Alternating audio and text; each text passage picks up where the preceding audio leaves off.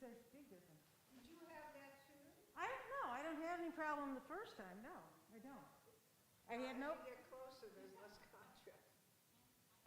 I sit in the front, I didn't have a problem, I'm sitting right smack dab, so Yeah, it wasn't for me, but I can tell the difference now that he pulled the shades down here and changed the light, I can see that it's much more of a contrast. Yeah, right. It But- wasn't before. No, it's more, it wasn't bad. For me, it wasn't bad. For That's me, all, it you was. know. I'm sorry, I don't know your name. Ellen Ellen what? Reisman, Reisman? or Reisman, either way. Depends what country you decide to be in, you know. I'm Helga Miller. Yeah, I know who you are, of course. How do you know me? Because I've been in this class now, Helga, for, And he usually calls, mention my name. well, so I pretty much know most people's names who've been in the class for, not since the beginning, but since almost a year. I think his class is very interesting. I do too. Hi, Helga. Hi, how are you? Hello. Greetings. Hey.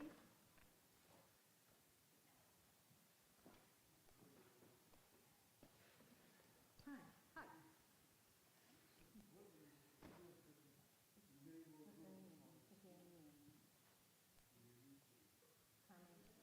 Always interesting. So today's what, wrapping it up? Or so? And he's showing that he's not anymore.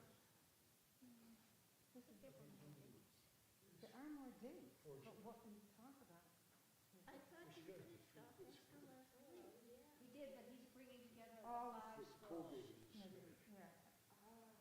And maybe next week, just because Oh, we she do may something get special for into- the patron, then after that, She we might can get go back into to the some final scroll scroll. interfaith next week.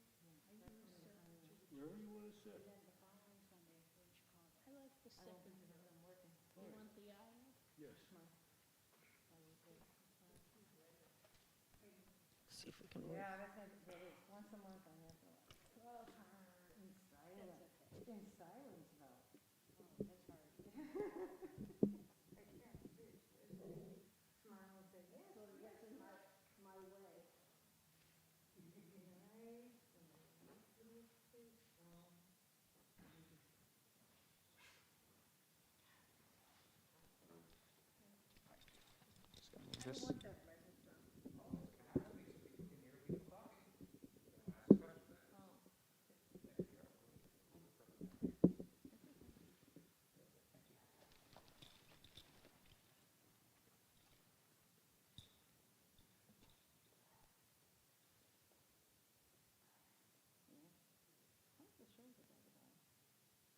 This. Well, I messed it up. You overdid it? What if it does? There's I know. Okay. But I'm okay. I'm sitting down, so it won't be as How I know. many applicants I can do this because I feel really good. What? Yeah, and they actually, did David say they were calling the 30 hours? it's must have been one of them out. Oh, nice. So he attacked, I re-entered it. But, did they leave? No, I'm teasing you because I'm always listening to stuff I'm not supposed to be listening. Right. And I'll go, oh, yeah. What am I supposed to do? Look at it, and it's gotta go, it's gotta go. Heavy and steady, I'll survive. And if I don't, I'll call the doctor. Right. What's the difference? That seems to go together really well. Good morning, everyone. Hi. How are you? Good.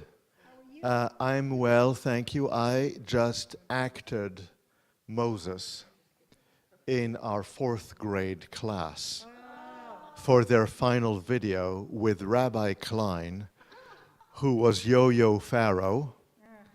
And so forgive me for being a minute late. We parted the water, and I miraculously dried between the parting of the waters and my arrival here. So it's all good. Everything is fine. Anyway, it's wonderful to see you. We are going to follow a slightly different format today because today is the last day of religious school, of RTLC, of Sunday schools here. So we're going to follow a slightly different format. We're going to start. We're going to break at 10:30. At 10:30, I'm going to go to the sanctuary.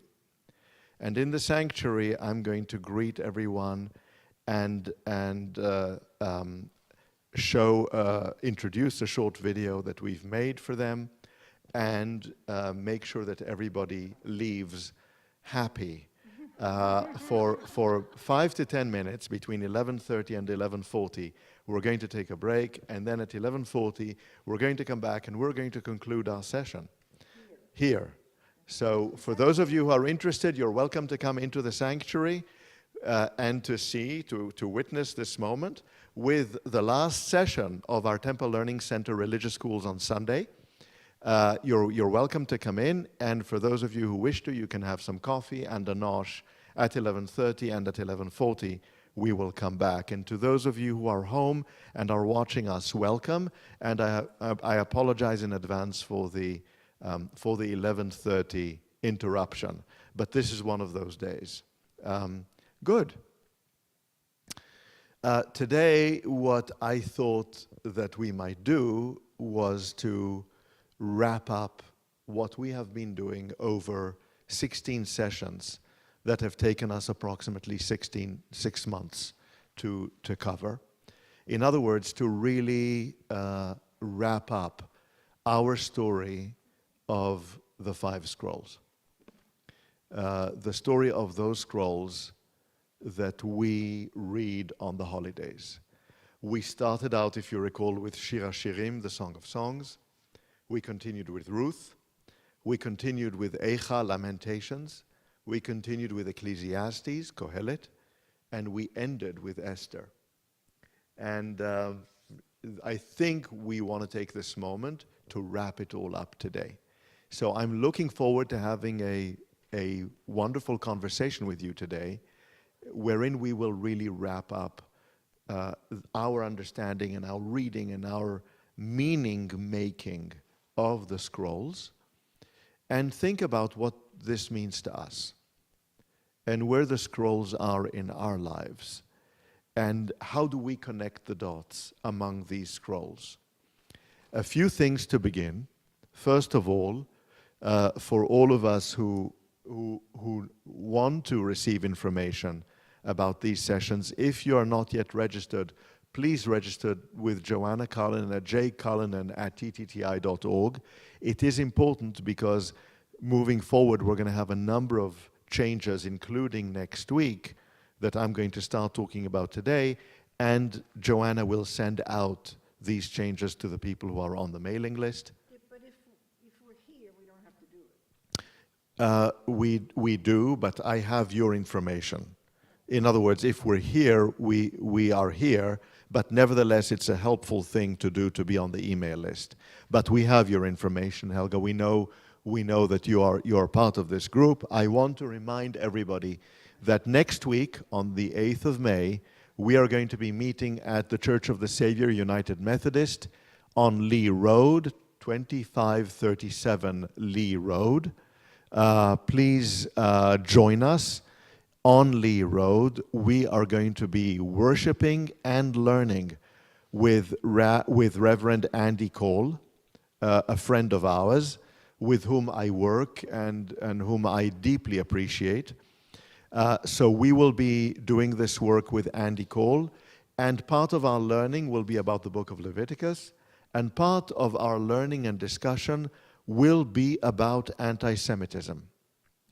So I want you to hear this. I want you to know that this is an important moment for us, that I'm eager for us to be there, and that I invite all of you, on behalf of the Reverend Andy Cole, to come over and to be there with us. I am going to be there at 9:30 in the morning for one service, but there's a second service that starts at 11, and you are invited to either one or both. I recommend that you come for the 11 o'clock service, wherein we're going to do the whole thing over again.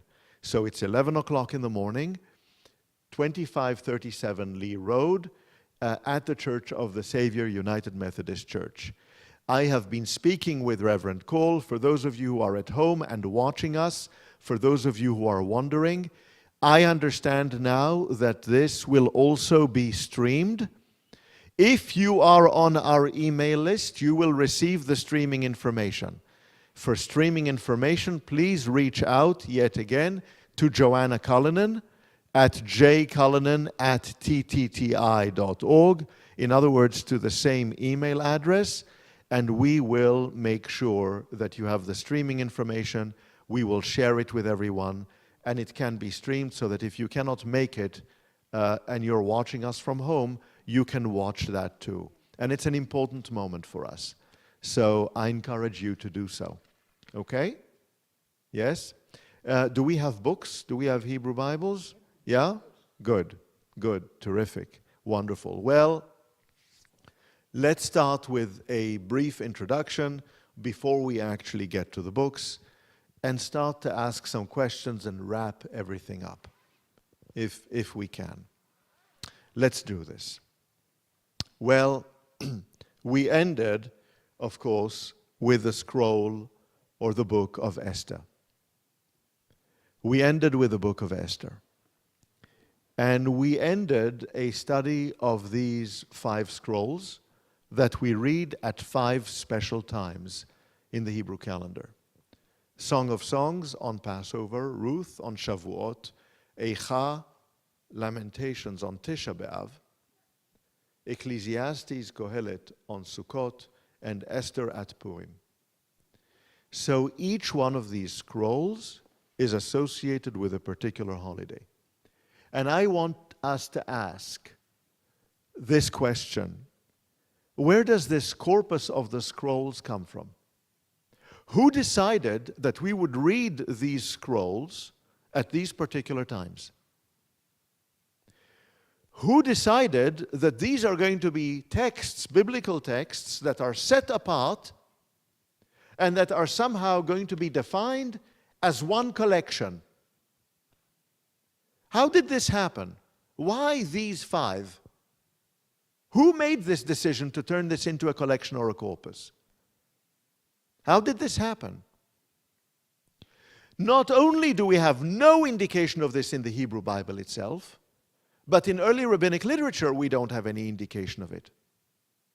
The term scroll is, to begin with, really used. The notion of Megillah, the Hebrew for scroll, is used for Megillat Esther, the scroll of Esther.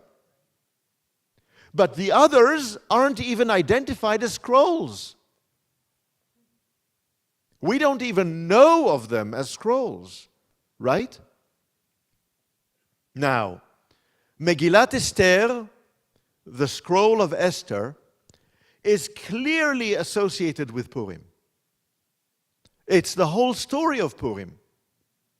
And at the very end of the scroll of Esther, as you recall, Mordechai sends this message to all the communities of the empire to tell the story of the scroll of Esther on the 13th day of Adar and the 14th day of Adar, the days that we call Purim. In other words, there is a very deep connection, a narrative connection, a substantive connection between the scroll of Esther and Purim. And the scroll of Esther is associated with Purim from day one. It is associated with Purim from the very beginning. Now, what came first?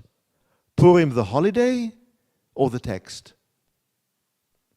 We don't know. We don't know which gave rise to which. Right? We do know that there are holidays surrounding Purim that are non-Jewish holidays, both in the Persian Empire and afterwards in Rome. But we do not know which came first within Jewish culture. What we do know is that from the very beginning, the scroll of Esther is called a scroll and that it is associated with Purim. Right? That we know. We know that Tractate Megillah in the Mishnah and later on in the Babylonian Gemara, in other words, in our Talmud, addresses Esther. Therefore, Megillah scroll is associated with Esther. What about the rest? What about everything else?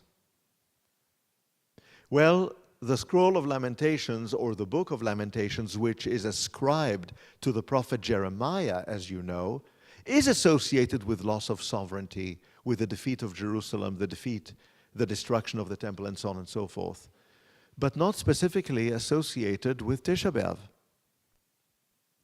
Not specifically associated with the day and with the rituals of the day, like the Scroll of Esther is. And that actually is a rabbinic association. The rabbis attribute the writing of that scroll to Jeremiah, the prophet, who witnessed the destruction of Jerusalem and the destruction of Judah. And yet there is really a connection between the two. Ruth, the Song of Songs, Ecclesiastes.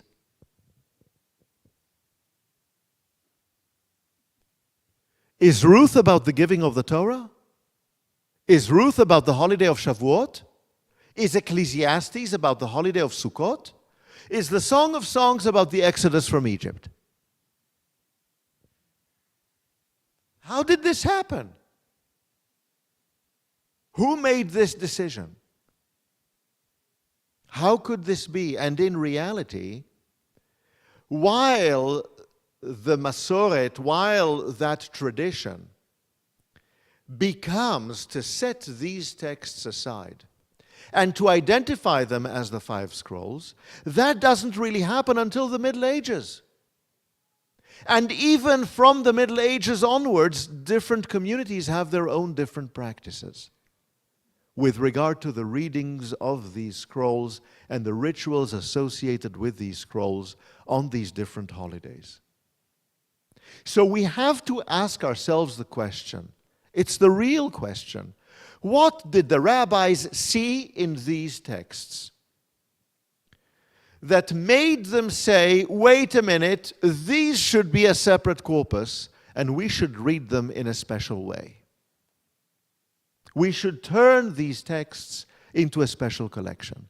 I want to ask the question, and I want us to think about that question because we're going to start to answer it a little bit later today. Question number 1. Okay? So far, so good? Yes? Okay. Question number 2. Why are they scrolls? Why are they scrolls? Do they say that they're scrolls?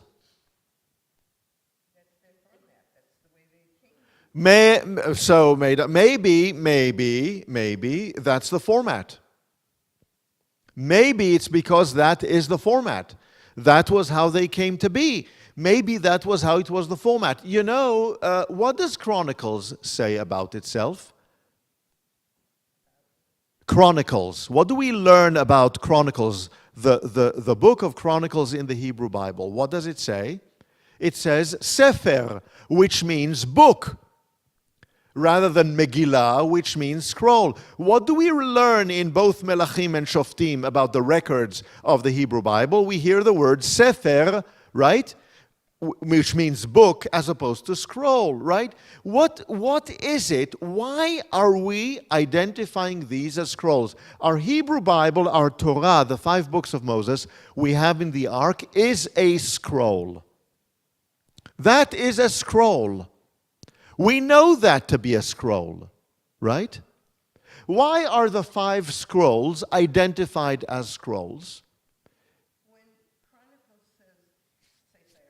Yes. What year was that written such that a book was a more likely item as opposed to a scroll? Well, that's an excellent question. I'm going to repeat the question so that the people at home can hear it. When the book of Chronicles or other biblical books, you know, what we hear in the Hebrew Bible itself, I mean, you know, we're Sefer Kritut, the notion of a book of separation, right, which comes in the context of the requirement for divorce. All of these things, later on in rabbinic literature, all of these things, what do they mean? Do they actually mean book? When were they written chronologically? And do they really mean the word book? No, they mean document. They mean document. But why do we read these documents from a scroll? Why scroll? And do we truly read all of them from a scroll? Right? You remember that the 5 books of Moses, the Torah that we read, the Pentateuch that we bring out and we read, that we read here for Shabbat, that we read here on Bnei Mitzvah, that we read here and that we celebrate with, is a scroll. But when a bar or bat mitzvah celebrate, and they read their Haftorah, do they read from a scroll? No, they read it from a book. Right? Think about this for a moment. When does this become a corpus? In the Middle Ages. When does the collection become identified as a collection of scrolls? In the Middle Ages. By the Middle Ages, already in the 2nd century to the Common Era, the book, the codex, becomes the way to transmit information. It is so much cheaper and more effective than the scroll, right? Why the scroll? Why the scroll?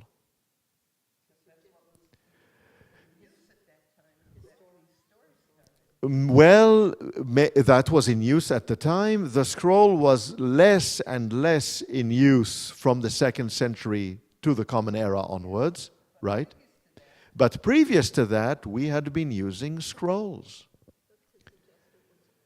So perhaps, thank you, to suggest that this was authentic and that this is a corpus that is anchored in a pre-classical age, in a biblical pre-classical age. And by the way, to make yet another point, who seizes on to the codex?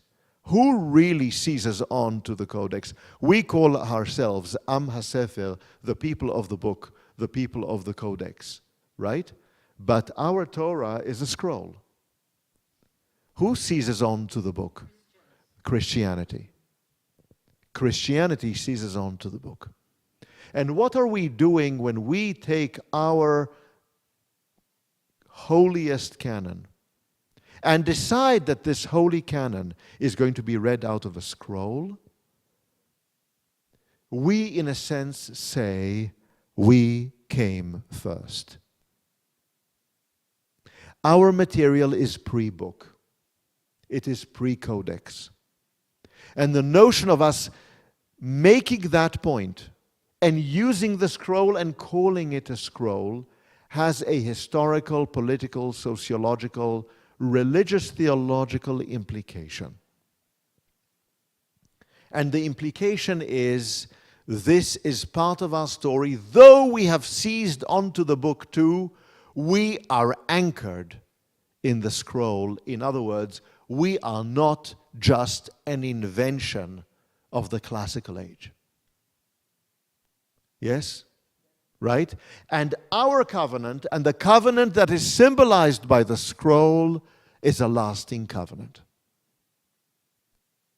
Yes? But it's a question. It's a real question. And it's especially a question because how many of you have seen scrolls of the book of Ecclesiastes? I haven't seen one.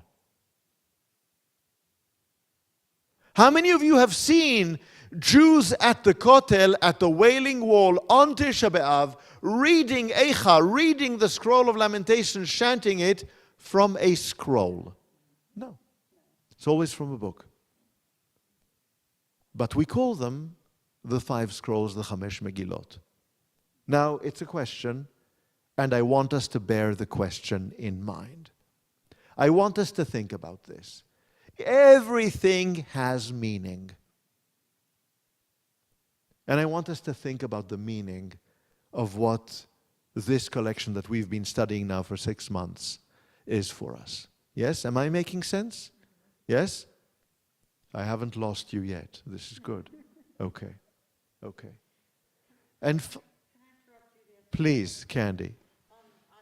As I understood it, when the Hebrew Bible was codified, I thought it was done in the rabbinic period. Is that not true? It was done in the Middle Ages? No. The canon, thank you so much, Candy, for asking the question, for allowing me to clarify this. I'm sorry if I was unclear. I'm going to repeat your question and answer it because it is so important. The question is, when was the Hebrew Bible canonized? When was it codified? And what are the implications of this canonization?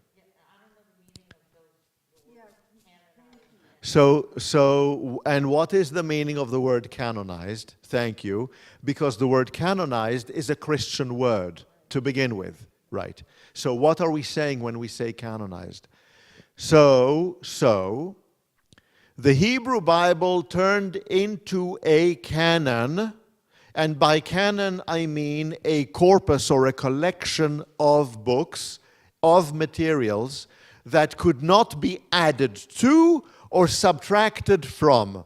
In other words, a collection that now is set apart, and not only is set apart, but is assigned special religious meaning. Yes? All right? The whole of the Tanakh, right? We have the canonization of the 5 books of Moses, the Pentateuch, first, to begin, but eventually there is a canonization of the whole of the Tanakh, the whole of what we call the Hebrew Scripture. Why is this significant?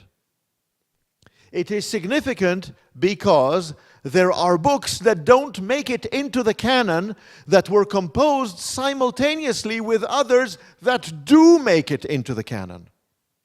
In other words, the codification or canonization of this literature entails certain decisions and choices that are made. Who makes them and when do they make them? Who does that?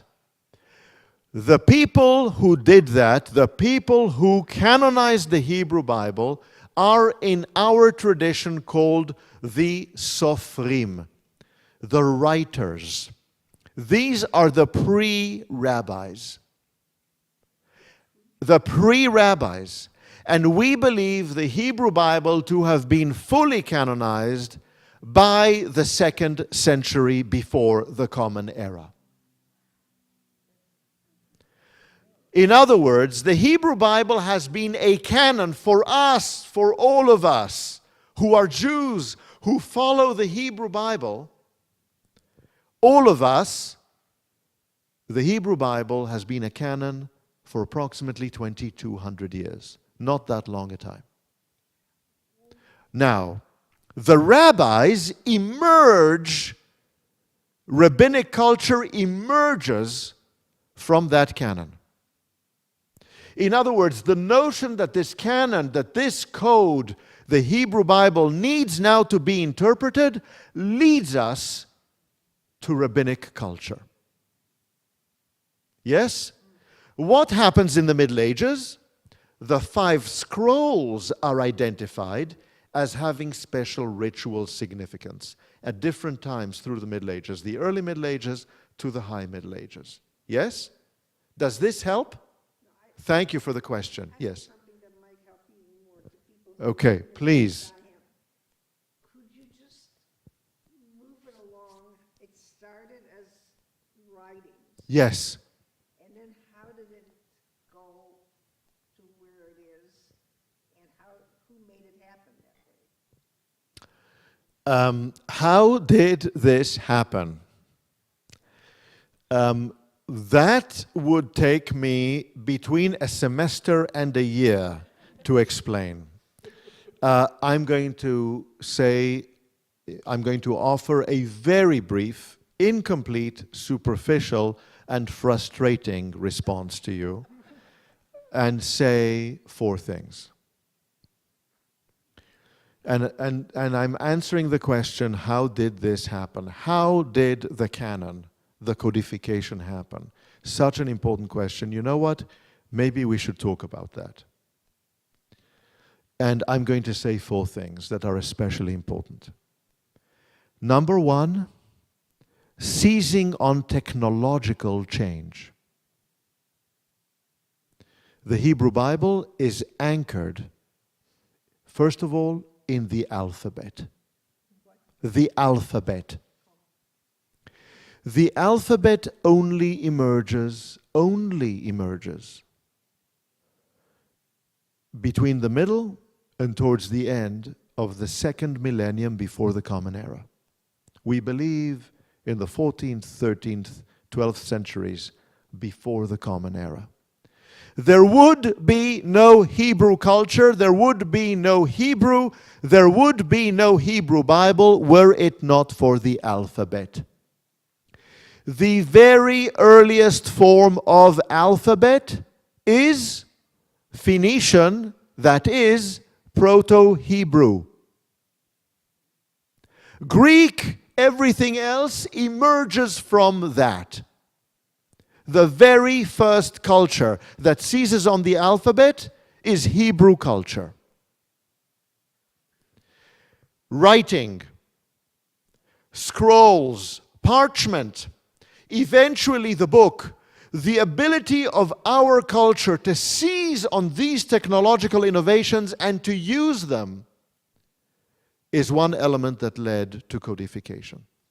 A second element, tragedy. Things would not have to be written down unless they had to be preserved. When do traditions have to be preserved? When they are disrupted. When there's exile. When there's defeat. When those people who held the tradition are gone. Number 2. Number 3, mission in the world. When a culture develops a sense of purpose, of goal, of mission in the world, it wants to come together around a set of documents. The Constitution, the Declaration of Independence, a canon. Number 3. And number 4, an ongoing threat of assimilation from the outside. This is my very brief and frustrating response to a very important question. Now, with your permission, we're going to take a break. I'm going to go into the sanctuary, greet our Sunday learners, and I will be back here in approximately 10 minutes. And you who are here, and I'm so happy to see a whole number of you here, are welcome to join me if you like. We will be back in approximately 10 minutes.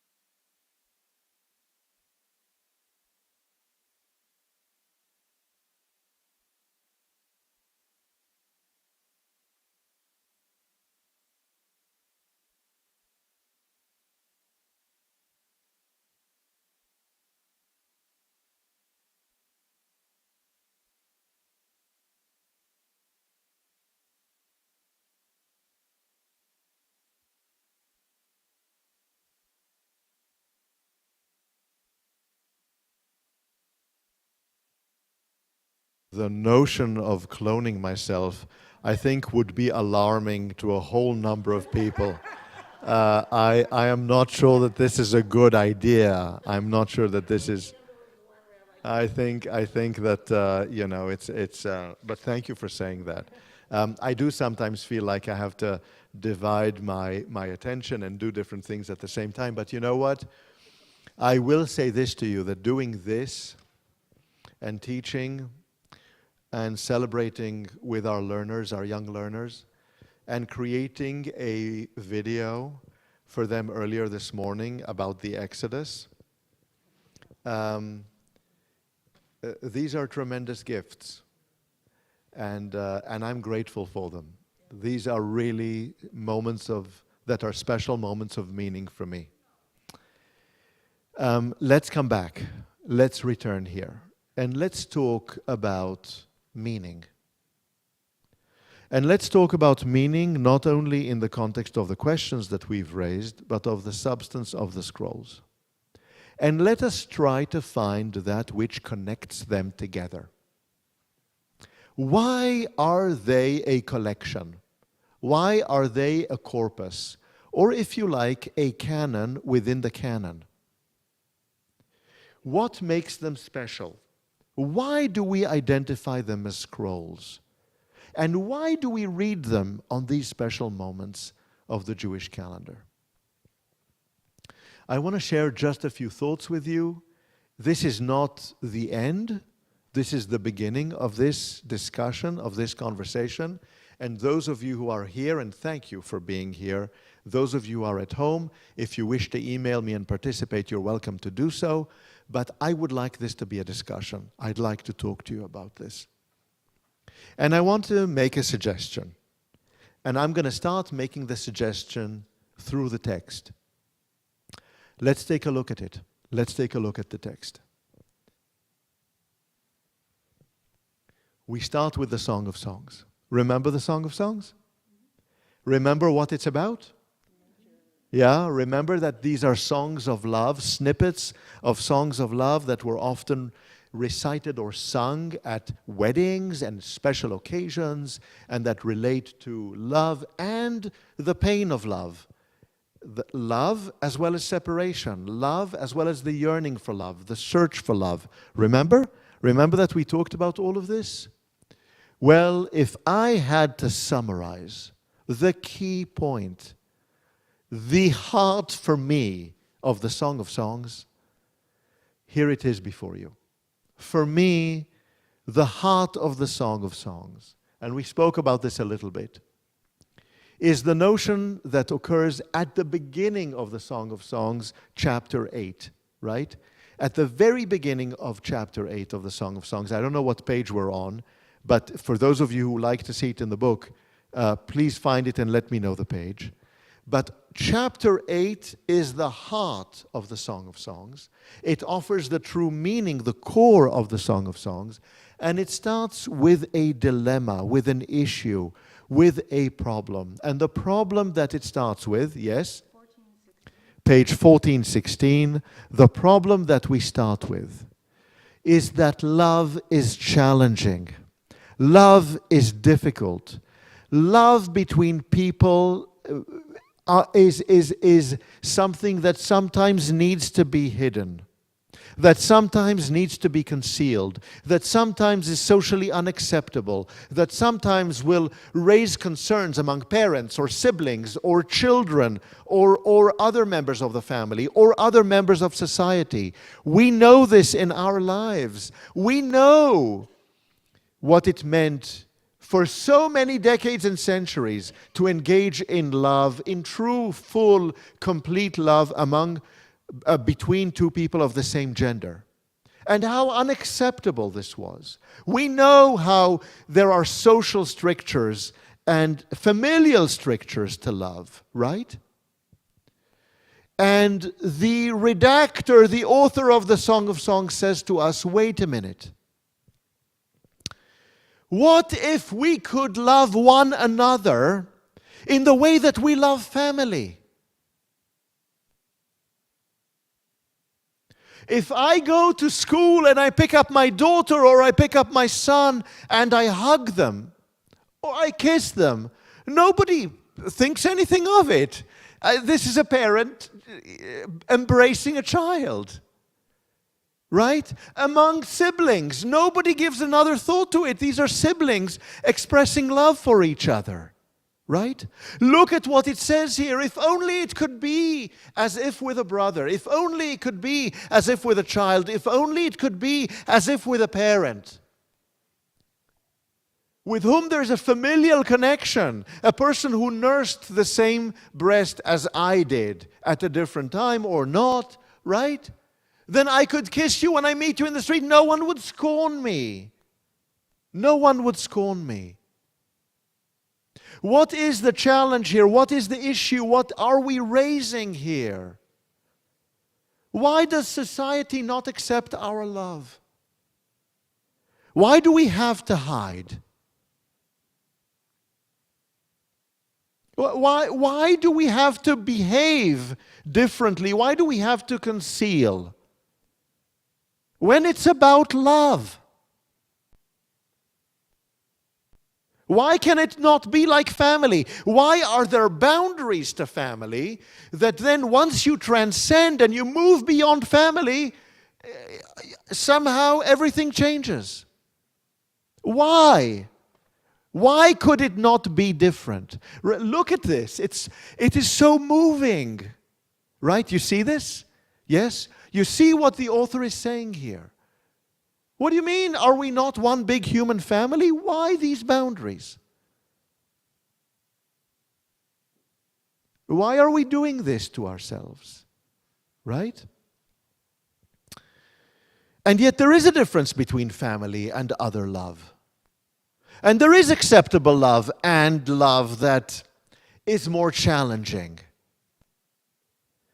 And all human relations have strictures, also within family.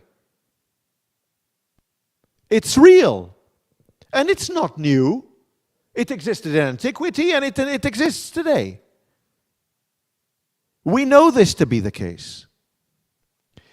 And the love that transcends family, between those people, whether they create family among themselves or not, is deeply powerful.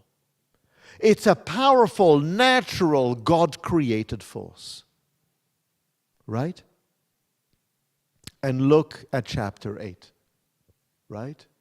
Love is as fierce as death. We talked about this a few months back. Passion is as mighty as Sheol, the kingdom of death. Its darts are darts of fire, a blazing flame, right? Vast floods, vast waters cannot quench love, nor rivers drown it, right? And at the same time, if a person offered everything they have for love, they would be scorned. Here is the issue. Here is the issue that's presented by the Song of Songs.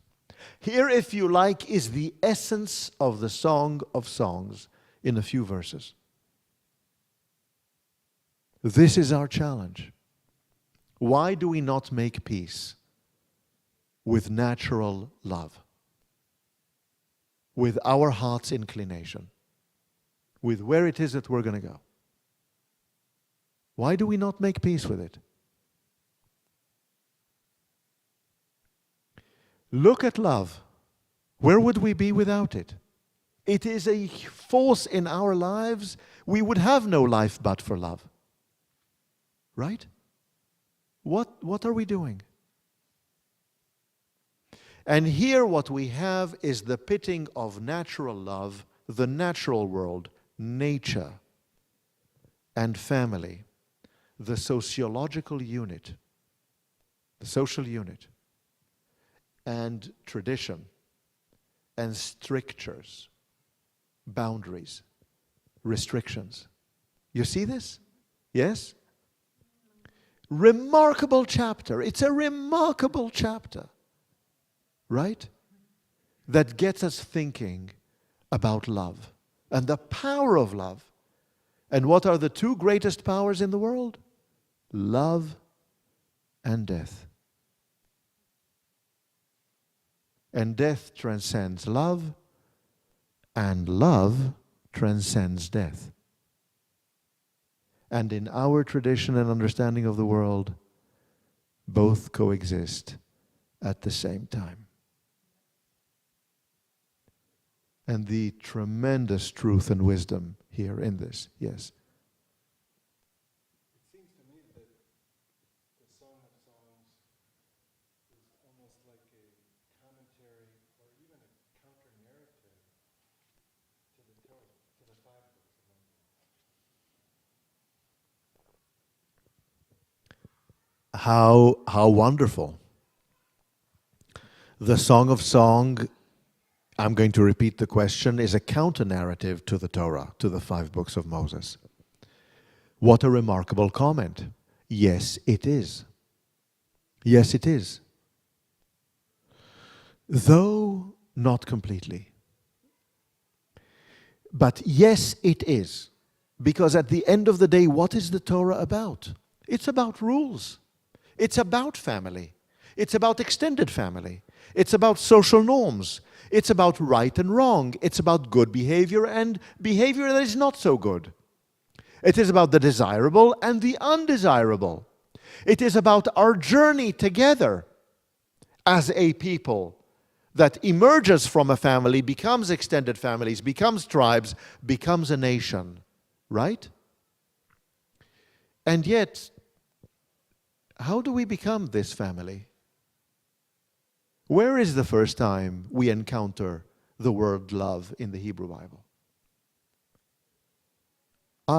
Isaac loved Rebekah. We hear. Chayei Sarah, the death of Sarah, following the death of Sarah, right? Which occurs following the binding of Isaac by his father, by Abraham, right? We're now chapters 21, 22. Isaac meets Rebekah, and it says, Vaye'ehav Yitzchak et Rivka. He loved her. Vatehi lo leisha. Right? Where does the whole thing begin? With love. The love of Isaac to Rebekah. Now, this is both love and family. Rebekah is related to Isaac. But there is love here. In other words, is it a complete counter-narrative? No. There are glimmers of love in the five books of Moses. But is the five books of Moses about love? No. There are more instances of the word love in the Song of Songs than there are in the whole of the Hebrew Bible. Right? And there are more instances of love in the Song of Songs than in any other book of the Hebrew Bible. So, wonderful question, you're absolutely right. It is a counter-narrative. It is a counter-narrative. It is in certain ways a rethinking of what it means for us to be alive and to want to maintain life and to increase love and increase joy in our world. Yes? Marie? Just quickly, but wasn't it out of God's love that we received the Torah? Yes. Love is the example for So the question is, wasn't it out of God's love that we received the Torah? Yes, except it doesn't say so. We know it to be the case, but it just doesn't say so. And what does it speak about? The awe and the thunder and the noise and the fear, right? And the love doesn't quite come through. We know this to be the case, but it doesn't say so. The Song of Songs. We're going to move forward. Ruth. Remember Ruth? Remember that we went through Ruth. We're between Passover now and Shavuot. We're in the Omer. We are in the midst of the counting of the Omer. We're in Ruth. Ruth has lost her husband. She has lost her two sons. She's coming in with her widowed daughter, right? With her widowed mother-in-law, Naomi. back to Bethlehem. Bethlehem is Naomi's home that she had left before. They arrive in Bethlehem, and people have known Naomi, right? Naomi has lost everything. She's lost her husband, and she's lost her 2 sons. Ruth is one of her daughters-in-law. Naomi comes in with Ruth. The city, the town is abuzz. Everybody's talking. Can this be Naomi? They recognize her. After all these years away, they recognize her. Can this be Naomi? Right? What is Naomi's reaction? What is Naomi's reaction? I am not Naomi. I am a changed person. I am different. May I ask, can we close the doors in the back? Because the children are excited. I'm thrilled they're excited. But do not call me Naomi. I am a changed person. I am an altered person. My name should be bitterness, Mara. Right? For my life has completely changed. I have lost everything. What is this about bitterness? In other words, why did Naomi return to Bethlehem? Why did she return to Bethlehem? She has nothing left. Why is she back to Bethlehem? She's back to Bethlehem to die. With family. Among her own. She's not there for life. She's there for death. Where does she come? What does she come with? She comes with bitterness. Right? She's no longer Naomi. Her life is altered. Her life experience has altered her. There is no future for her. It's done. No more husband, no more children. It's finished. Everything is done. Everything is finished. What we have now is darkness. It is bitterness. Yes? That is how Ruth starts off in the 2nd chapter.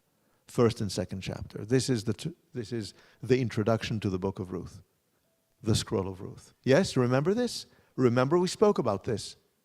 Okay? Are Naomi and Ruth related by blood? They're not quite related by blood. But Ruth was the wife of Naomi's son. Right? Remember Machlon and Chilion, right? She was the wife, so she's family, but she's not completely related. For the few of you who may have had in-laws, the relationships with in-laws is not always straightforward. It's not always the easiest, right? Regardless of who they are and where they are, it's just the nature of life. It sometimes happens that family cultures are not quite the same. Things don't always gel quite so well. What we have between Ruth and Naomi is spectacular and different.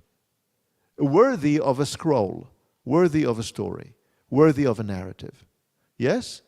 I mean, I hope I'm not saying anything new or, in any way upsetting to anyone here. God has dealt harshly with Naomi. Ruth is with her. But Ruth being with her right now has not alleviated the bitterness. Ruth has made the entire journey from Moab to Bethlehem with Naomi. You might have thought Naomi would now say to the people, look who's with me. I am not all alone. I have someone by my side. Ruth has left her home and come with me. Does she say that? No. She says, I have lost everything. God has dealt harshly with me. I am bitterness. Call me bitterness. Yes? That's the beginning of Ruth. Okay? All the way to the end of Ruth. Remember the end of Ruth? Remember what happens at the very end of Ruth? We talked about it. I just want to summarize and to bring this back together. We are now later on in the 4th chapter, which is the last chapter of Ruth, which is our shortest scroll of the Hebrew Bible, our shortest text in this corpus. And what happens towards the end? The women said to whom? I thought her name wasn't Naomi. Wait a minute. A moment ago in the first chapter, the beginning of the second chapter, end of the first chapter, beginning of the second chapter, she changed her name. She went through Social Security. She filled the forms. She changed her name. On her driver's license, her name is different. She now has a passport with her new name. When she changed her name, she told everybody to call her a different name. What do you mean, Naomi? She's back to her old name. You see what happened here? Chapter 4, remember this? Remember we discussed this, yes? The women say to Naomi. Now what happened here? God has not withheld a redeemer from you. God, you remember having dealt harshly with me at the beginning, right? God has not withheld a redeemer from you, right? And this person is going to renew your life and sustain you in your old age. You have someone who is going to be a redeemer for you. In other words, a caretaker, someone who is going to be your support in life. There is a future for you. There is a future for your family.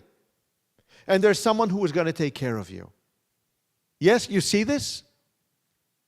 A complete turnaround in the situation of Naomi. No longer Mara, now back to Naomi. Yes? Is this Naomi's son who's being born? Remember we talked about this. Not Naomi's son who's being born. It's Ruth's son who's being born. Right? Remember? Yes. Ruth's son is being born. Right? Your daughter-in-law who loves you. What is this about? Love. Remember the Song of Songs? Okay, here is the connection. Love and family. Love, who loves you, right? Who is better for you than 7 sons. Love here supersedes family relations that are no longer there.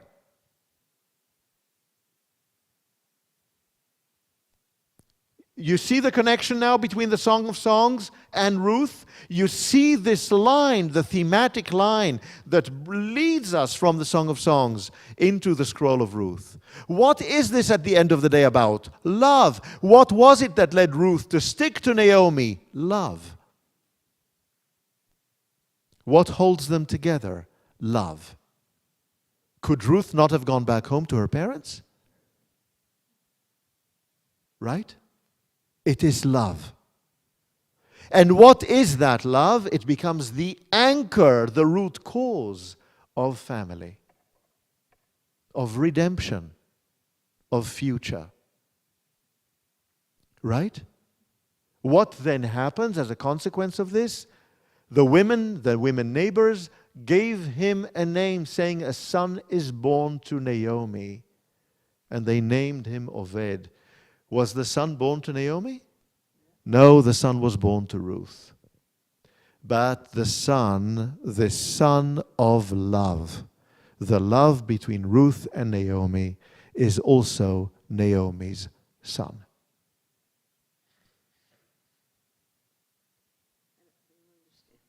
It's remarkable. It's remarkable. It's absolutely remarkable. This son, which is the son of Ruth, biologically it's the son of Ruth. Ruth is his mother. But Naomi is like a stepmother or a grandmother or a great aunt and is now attached to this child through her love with Ruth in a way that will alter her life and the child's life. To the child, it will be Grandma Naomi.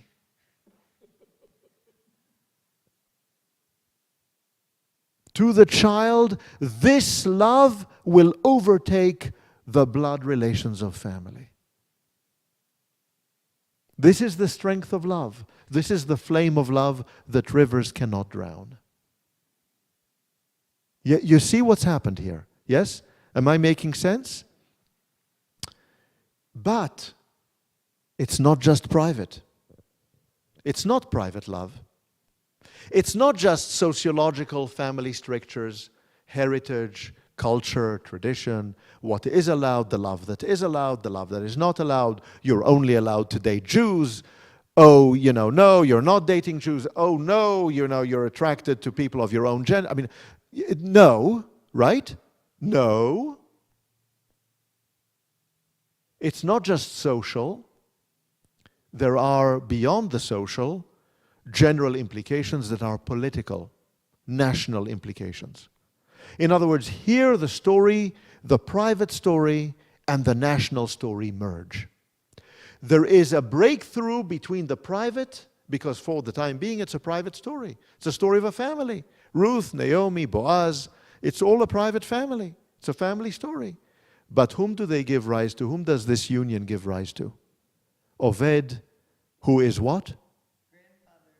The grandfather to King David. Father to Jesse, grandfather to King David.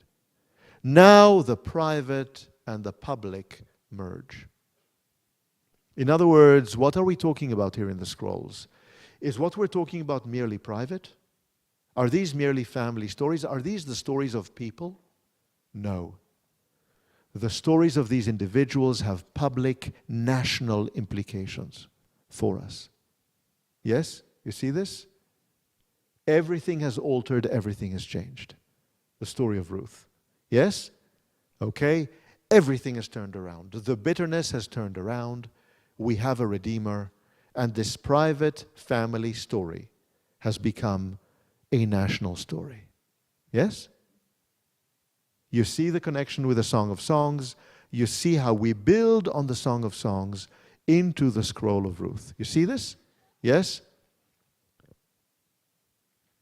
We're moving forward. This is going to be a little bit more involved.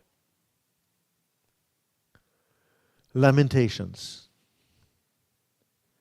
What is the very beginning of the Scroll of Lamentations? What happens to Jerusalem, once great city, with people, teeming with people, is now what? Lonely.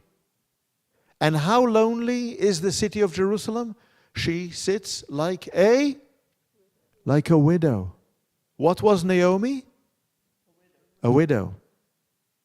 This is the very first verse of the Scroll of Lamentations.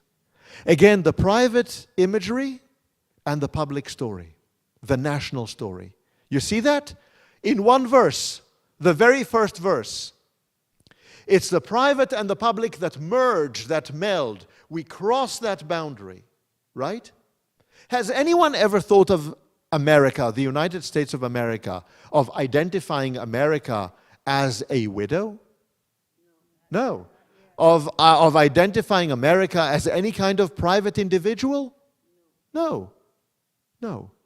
This requires some thinking on our part. This requires consideration. There is a difference here between national public entities and individual lives, right? How is Jerusalem described here? How is Judah described here? As a private individual, right? A princess among states has become a thrall. Now take a look at what it says about Jerusalem. This, by the way, is among the maybe 5 or 10 most powerful verses in the whole of the Hebrew Bible. She weeps in the night, her cheek wet with tears. Show me a person who cannot relate. There is none to comfort her among her former friends. All her allies have betrayed her. They have become her foes.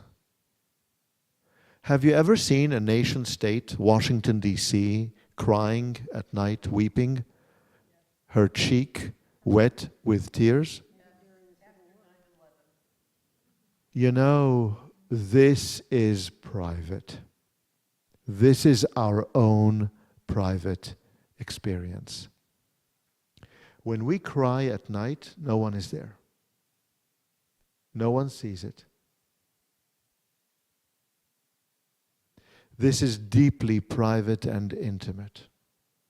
And here we are playing with that boundary between the private and the public. between the intimate and the national. And it is deeply powerful. How do we understand national stories? Through private experiences, through our own personal and intimate experiences. Look at the news. Can we connect to the overwhelming news that is taking place around us in the world, or do we connect to the human stories and to our ability to connect with our own personal experiences and our family experiences? Think about this for a moment, right? Yes? And what is it about? Here, love, family, friendship, connection. And the loss of love, family, friendship, and connection. You see? Naomi, the story of Naomi starts with widowhood. This is the culmination of widowhood. This is widowhood without redemption. Right here. Right. Okay? Where do we go from here? Where do we go from here? To the very heart of the Scroll of Lamentations. And what is the heart of the Scroll of Lamentations? Chapter 3. Take a look at chapter 3.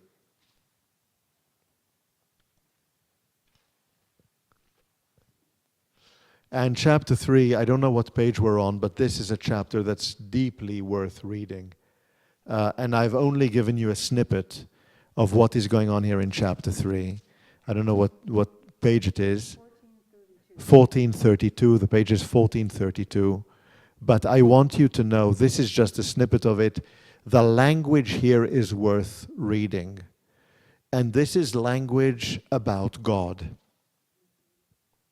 This is God's betrayal of humanity.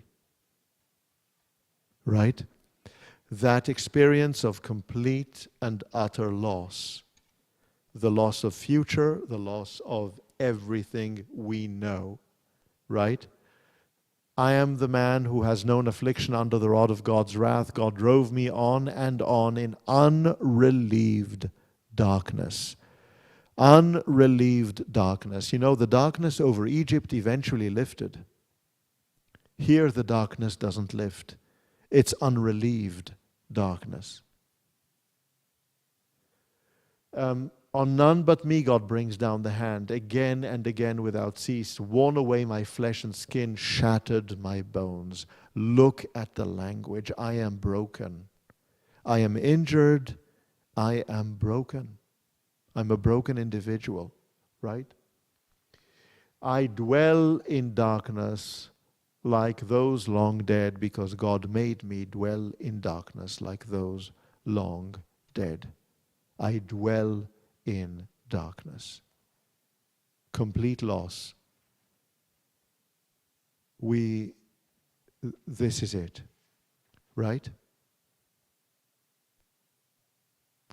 To lead us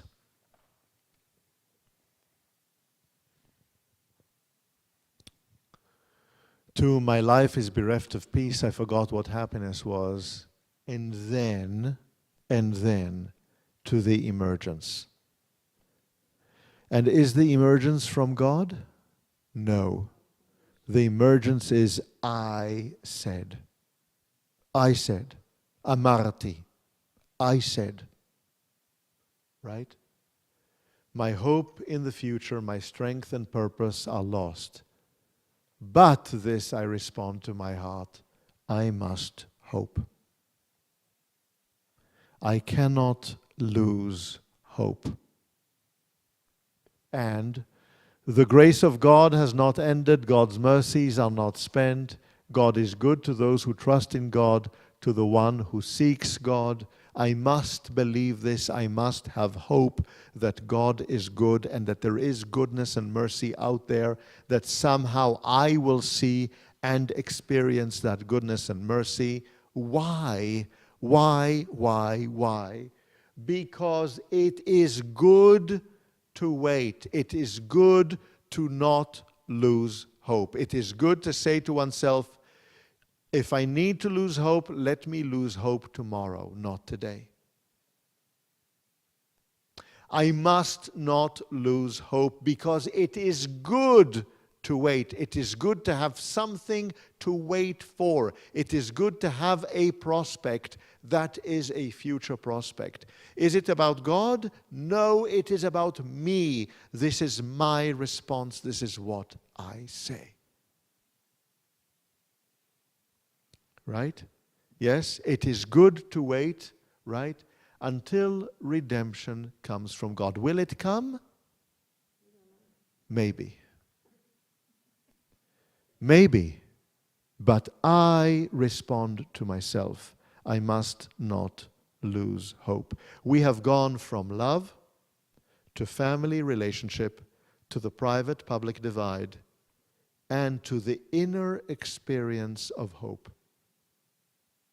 And the importance of inner hope in the face of hardship. Look at the journey the scrolls are taking us through. Yes? Yeah? Do you see what's going on? Yeah? Okay. Let me carry on a little bit, and we will get there, and I will take questions. And what time is it? Goodness me. Okay. We're on to Ecclesiastes. I will try to do this quickly. We're on to Ecclesiastes. Remember the beginning of Ecclesiastes? Hevel havalim hakol hevel, everything is futile. Futility, utter futility, all is futile, right? Okay. Not only is everything futility, but no one is remembered. Never mind futility. Okay, you tried and it didn't work and you failed and you thought you were making a difference and you weren't making a difference. At least you should be remembered. Remember we talked about this? No one is remembered. We are not truly remembered, right? For all that we are, for the human beings that we are, don't expect to be remembered. We will not be remembered, Kohelet says, right? And right? More than that, study and probing and the attempt to engage in wisdom have their limits. This is not great stuff. And you know what? We're never going to get there. Don't expect to ever get there. It's not going to happen. There's always going to be more, there's always going to be more frustration, and there's always going to be more pain. Don't expect to get there, right? So not only futility, memory, and wisdom, they're all limited, and they're limited by our human capacity, right? This is who we are, and this is the story of our lives here on earth, right? And so, what is the lesson we draw from this? Here we come to the heart of Ecclesiastes. Tovim hashnayim min ha'echad. Two are better than one. They have greater benefit for their efforts. When you share your efforts and your benefits with another person, in relationship, any relationship, two are better than one, right? And, should one fall, the other can hold up the one who falls. In other words, right? And the threefold cord is not readily broken. In other words, what do we have to hang on to in our lives? Relationships. Relationships. No, not misery. Relationships. Okay. What was the first part of your answer? What do we have in our lives? Relationships. True bonds, true relationships. Relationships. We have to hang on to relationships. We have to see the relationships, to celebrate the relationships, and to hang on to relationships. We have to do what we can to not be alone and to not feel alone and feel isolated, right? Okay? And in these relationships, right? In these relationships, we have to find pleasure, and remember the talk about pleasure and enjoying ourselves in the context of Ecclesiastes. I'm going to run through this. But at the end of the day, this is not the original Ecclesiastes. This is an addition to the end of the book. We talked about this. What else do we have but for relationships? Faith. Faith. Relationships, joy, and faith. That's hope. This is it. Hope. Yes? Okay? Which leads us to the Scroll of Esther. We're back to relationships, right? Through Ecclesiastes. Back to Shir HaShirim, back to Naomi and Ruth, back to the widow experience of Lamentations, the loss and the relationship, that dynamic of loss and relationship, and that dynamic of the private and the public. Esther. Remember the beginning of the Scroll of Esther? After Esther becomes the queen and all the rest of it, Haman is the prime minister, and Haman sends out these instructions to destroy, massacre, and exterminate all the Jews. The city of Shushan was confounded, and Mordechai tore his clothes and put on sackcloth and ashes, and the queen was Vatit Halchal Hamalka, it says in the Scroll of Esther. The queen was emptied out. She became hollow. Now, we don't exactly know what this means, but we can imagine what the shock of this news meant to Queen Esther. She became hollow, in other words, she lost life. She lost something of life. Again, loss, right? But now what happens towards the very end? And how do we understand this?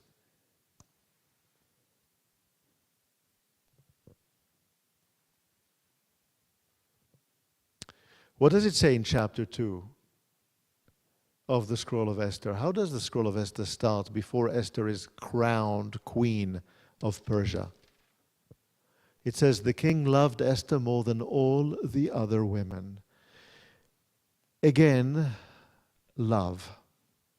The one mention of love in the Scroll of Esther. The queen was beloved by the king. Esther was beloved by Achashverosh. It doesn't say she loved him back. It says Achashverosh loved the queen.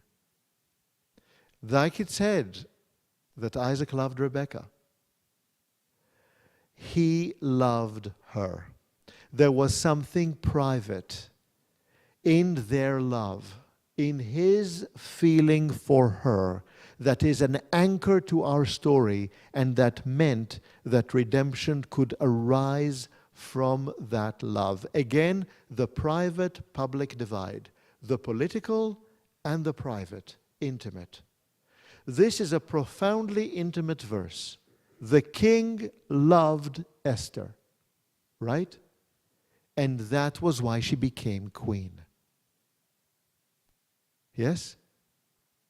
There was no other reason. It wasn't about her SAT scores. He loved her. That was what it was about, right? He loved Esther. And what does love lead to?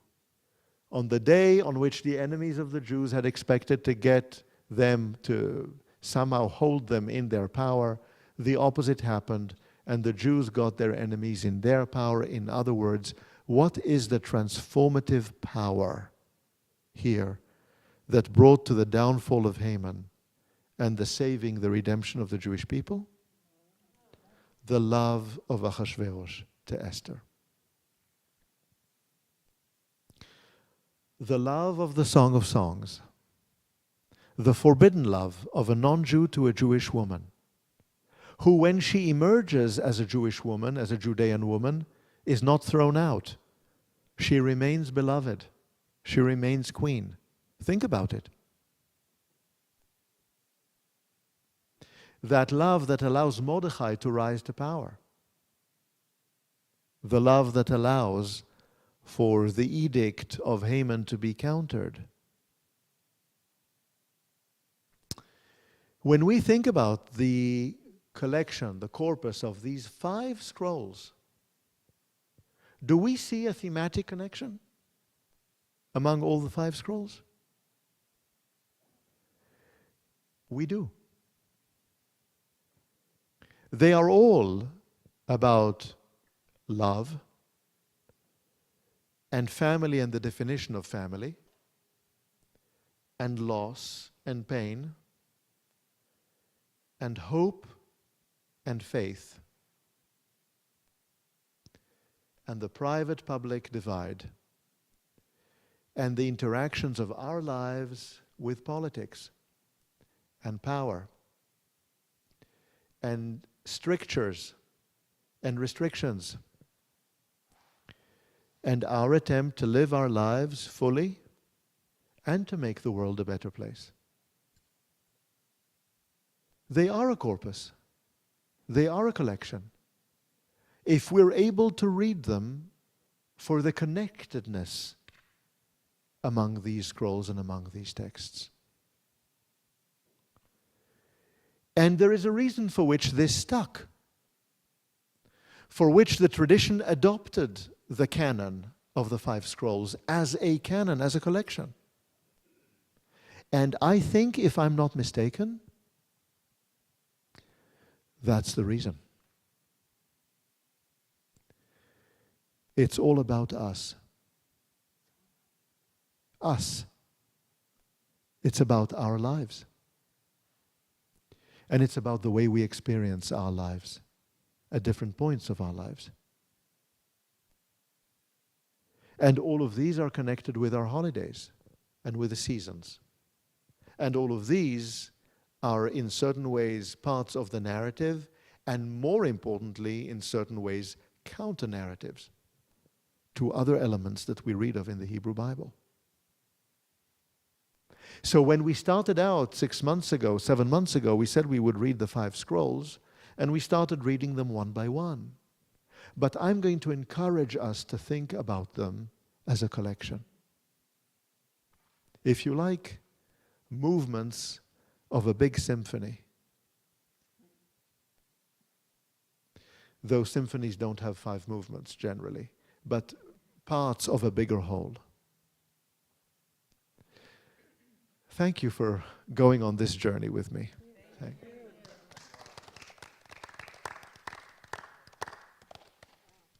Are you open for questions?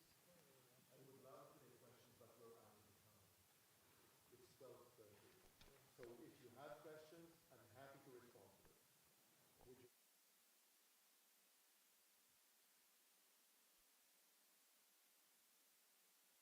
Are we to assume that God loves some individuals more than others?